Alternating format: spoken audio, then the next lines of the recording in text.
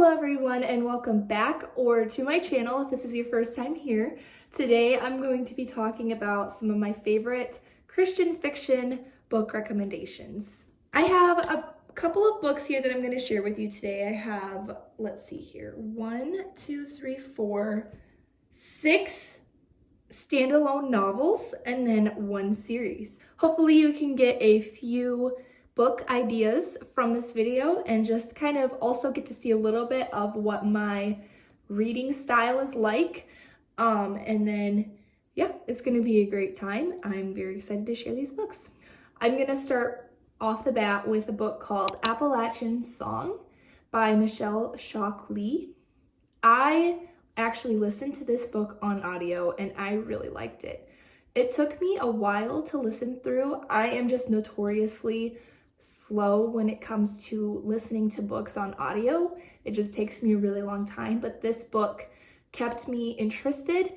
And that's one really good sign that a book is actually good, is if I listen to the whole thing on audio, because a lot of times I'll start books on audio and it'll take me a long time to get through it, and then I'll just get bored of it and not finish it.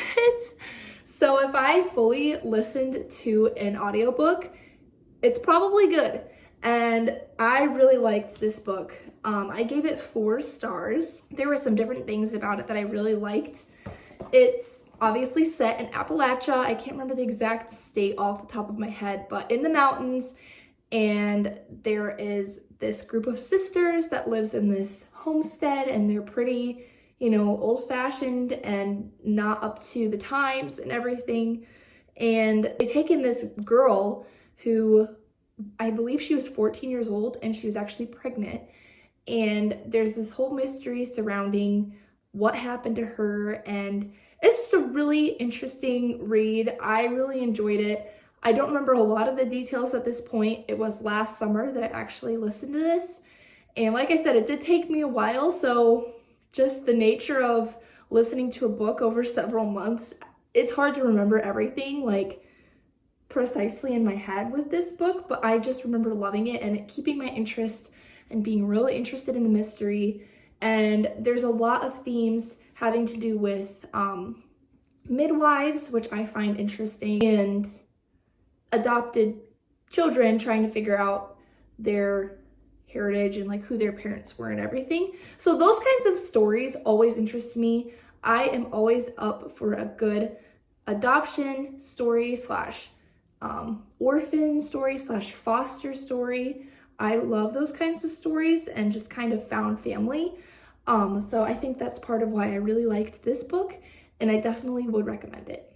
Another thing that I found to be really fun about this book, just a little side note, if you love fun sister dynamics, this book was so good for that. The sisters that live in the cabin have such a fun dynamic, and it's so cool like how the author kind of wrote all of their different personalities and really made them different from each other. I feel like sometimes siblings can kind of just like in stories get lumped in as siblings and you don't really get to see each of their personalities fleshed out. And I think the author did a really good job with the sister dynamic in this book. I still can vividly remember some of the sisters' interactions with each other and just how much I enjoyed that. The next book that I want to recommend is kind of a classic among Christian fiction, but it is Redeeming Love by Francine Rivers. This book is super well known. It's probably one of the most popular Christian fiction romances, I would say. At least I feel like I've heard about it the most. But this was really good. It did live up to the hype for me. I cried multiple times reading this, and I just was really, really into the story. As you can see, it's kind of a little bit of a heftier book. From what I can see, most of Francine Rivers' books are somewhat of a larger book, but this just really gripped me, and I read it very quickly for a book this size. It takes place in California during the 1850s, during the gold rush. It is supposed to be an allegory of Hosea, the book Hosea. I need to refresh my memory on that book of the Bible. I'm not sure if I've ever read it, but I definitely will be getting to that soon as I'm currently working on reading through the Bible. Basically, the book of Hosea is about a prophet named Hosea that the Lord called to marry somebody that was a prostitute and would keep going back to that life. And God would use that as a picture to the Israelites of how their actions affected the Lord's heart. But he always loves them no matter what, and always wants them to come back to him. And that's also kind of a picture of how God loves us and will save us and will forgive us over and over again. And that's what this is supposed to be kind of a representation of. It's not like a perfect allegory. It still kind of is its own story, I would say. You can see those themes, but it's not the same exact story. Obviously, it's a completely different time period, setting, everything. The main character, the girl, her name is Angel, and she is a prostitute. And you kind of see her tragic story and just the trauma, obviously, that she goes through. And then how she kind of doesn't know anything else. And obviously there's a romance here and some redeeming love, that theme of redeeming love, and just, yeah, it was really good. Definitely a tearjerker. Definitely on the more, like, I would definitely not recommend this to younger audiences. I would recommend this to probably adult audiences only, / married people. It's not crazy explicit or anything.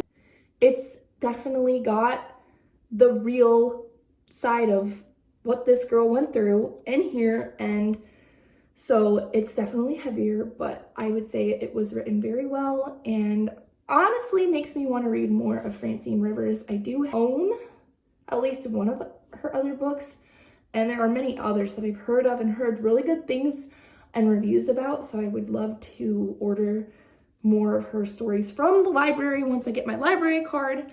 But yes, I do recommend Redeeming Love. All right, the next book that I would like to recommend is called Fox. This is written by Nadine Brandes, and I only gave this book personally 3 stars, but that is mainly because the genre is just not my style. So honestly, I probably should have given this book a higher rating just based off the storyline and the writing. I think it was written well and has an interesting story, but I just wasn't invested in the story personally because I am really thrown off by fantasy, and especially I read this a year ago at this point. I think back then I was still kind of getting back into reading after being in a break from reading while I was in college. Yeah, I think now if I reread it, I would probably give it an even higher rating. But like I said, back when I read this, I just really was not in the mood for fantasy, so I don't know why I read this. But I still would recommend it. It is set during medieval London, which that was one thing about the book that really did help me get through it and enjoy it. The setting was so atmospheric. The author did such a good job writing the setting. It was so interesting. And it's set during the Guy Fawkes situation. Look it up. I can't explain it really off the top of my head other than this man named Guy Fawkes was a real person and wanted to kill the king at the time. That is a pretty obscure historical event, so look into it, but this book helped me kind of know a little bit more about it. Now I at least know if anybody says that name, I know the basic gist of what happened.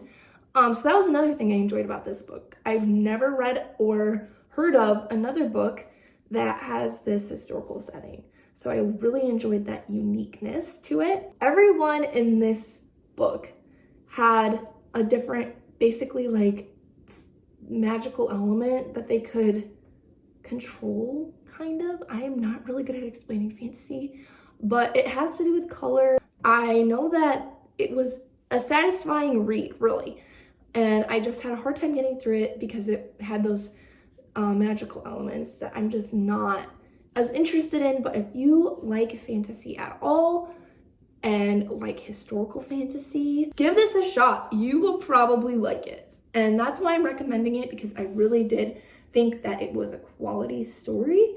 Just wasn't necessarily my cup of tea, but I think that there's a lot of people out there who would really like it.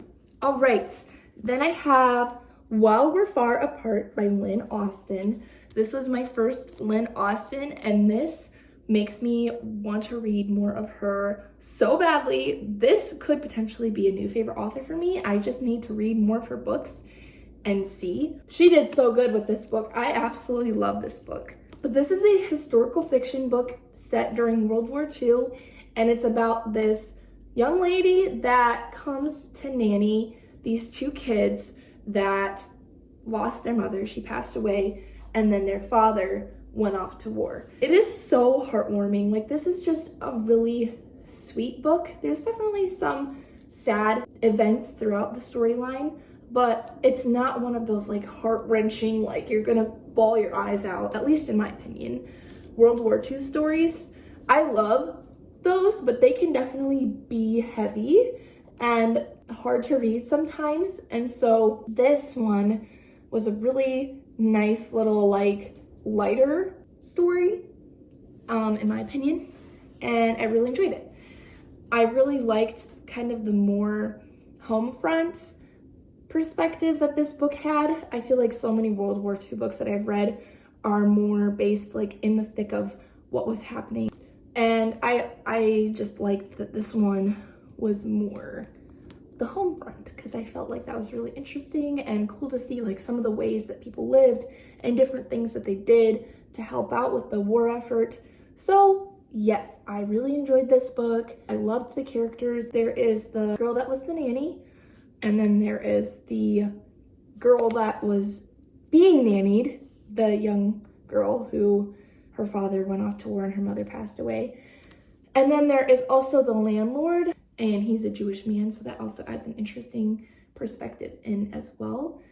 And there's just such sweet friendships built in this book, and a cute romance that is hardly part of the plot, but it is there.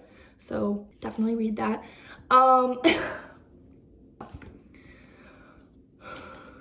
Another interesting little aspect, I'm not gonna say too much more because I don't wanna like spoil anything, but the nanny did have feelings for the dad. So that adds an interesting little twist in there, but read this book to see what happens. See if they get together. You wanna know if they get together, you gotta go read this book. So yeah, I really enjoyed this, and you just really fall in love with the characters too. Honestly, like these characters, I still think about them because they're so amazing and they grow so much, and you're just rooting for them. These are characters that you can root for. Read it. Do you like my nails? Press-ons from Walmart. Oh, I'm so thirsty. I keep forgetting to say the ratings. This book was a 5-star read, and so was Redeeming Love. I don't think I said that, but both 5 stars, highly recommend. The next book I have is The Moonlight School by Suzanne Woods Fisher. 5 stars. I loved this book. Honestly, such a good read. This was one of the first books that I read getting back into reading, and so it just really was perfect. I loved it. I felt so happy after reading this because it was such a good, satisfying read, and I just loved it.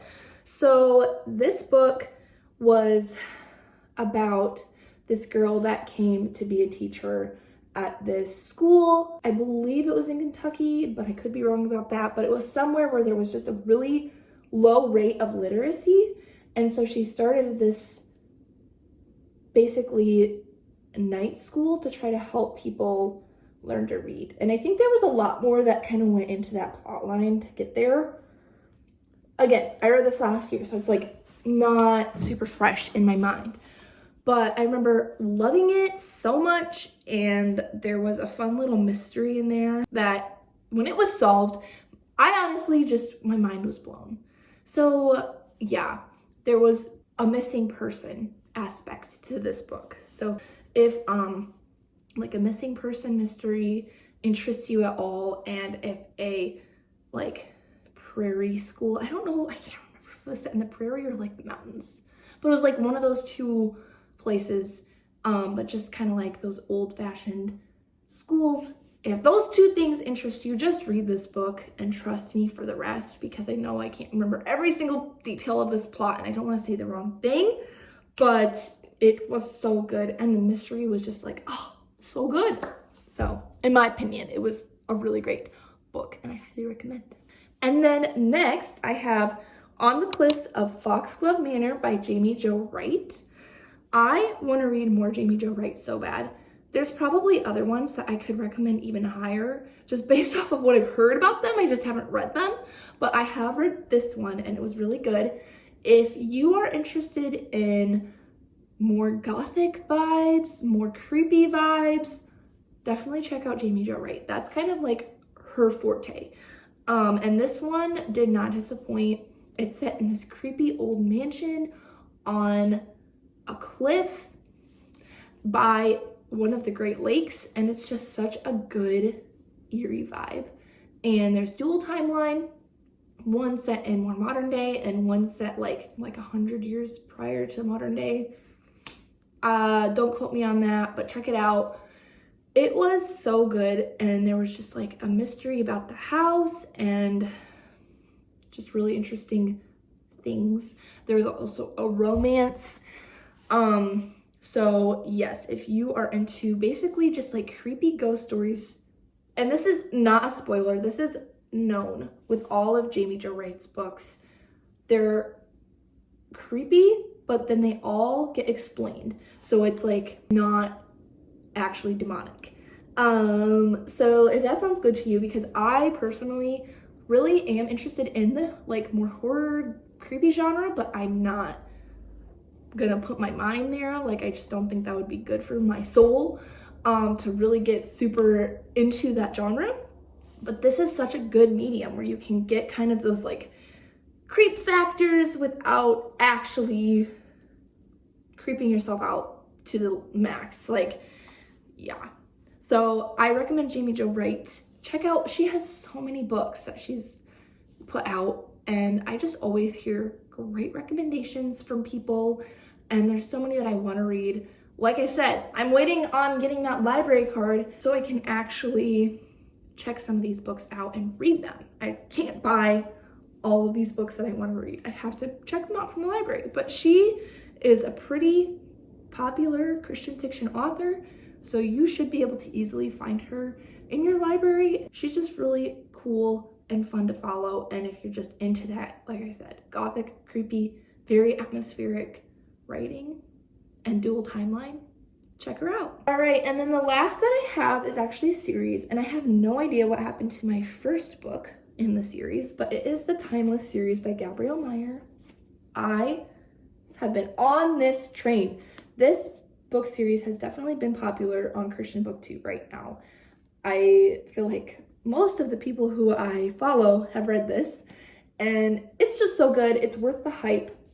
It's another not dual POV necessarily. I think some of them might be dual POV actually. Like there are a few for sure that are dual POV, but they're all dual timeline, and the same character lives in two different timelines. So that is what's so interesting about this. Like I don't know of any other book. Like it's kind of a time travel book, but not really, because it's only set in two specific timelines.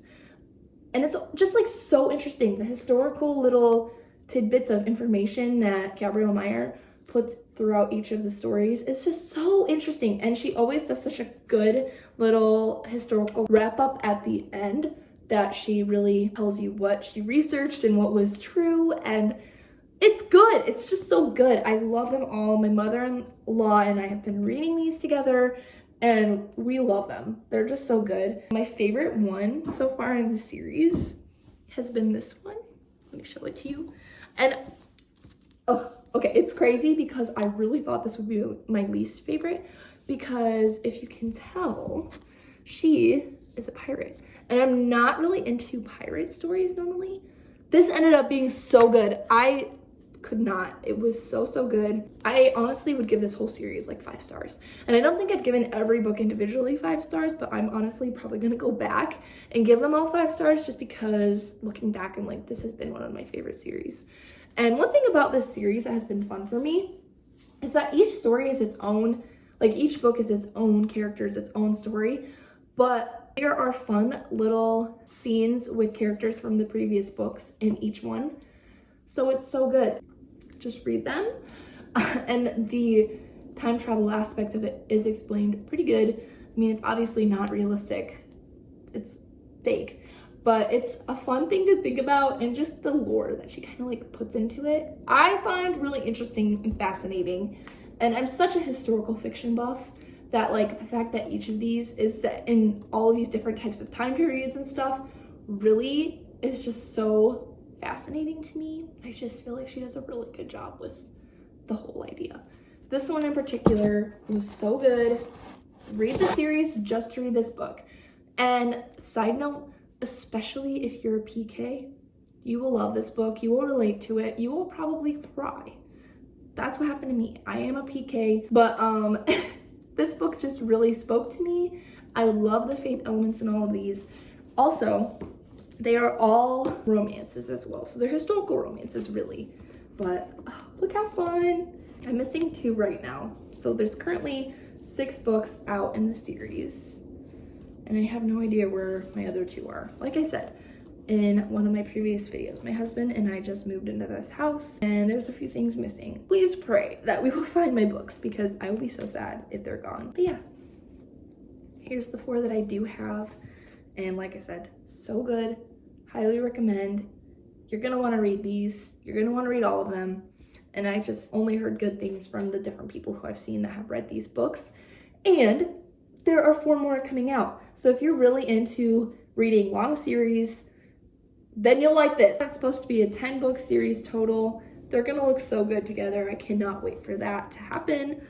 And the newest one that's coming out is like a golden age, Gilded Age, like inspired story. And so I'm very interested in that because I don't think I've really read anything in that genre. So those are my Christian fiction book recommendations. I hope that you can take something from this video and find a new book that you will love. Let me know if you've read any of these and if what you thought about them and give your opinion on them. And let me know if you decide to read any of these or if you're currently reading any of them. All of the above, just let me know. I'm excited to hear your thoughts on these books and I will see you all next time. Bye!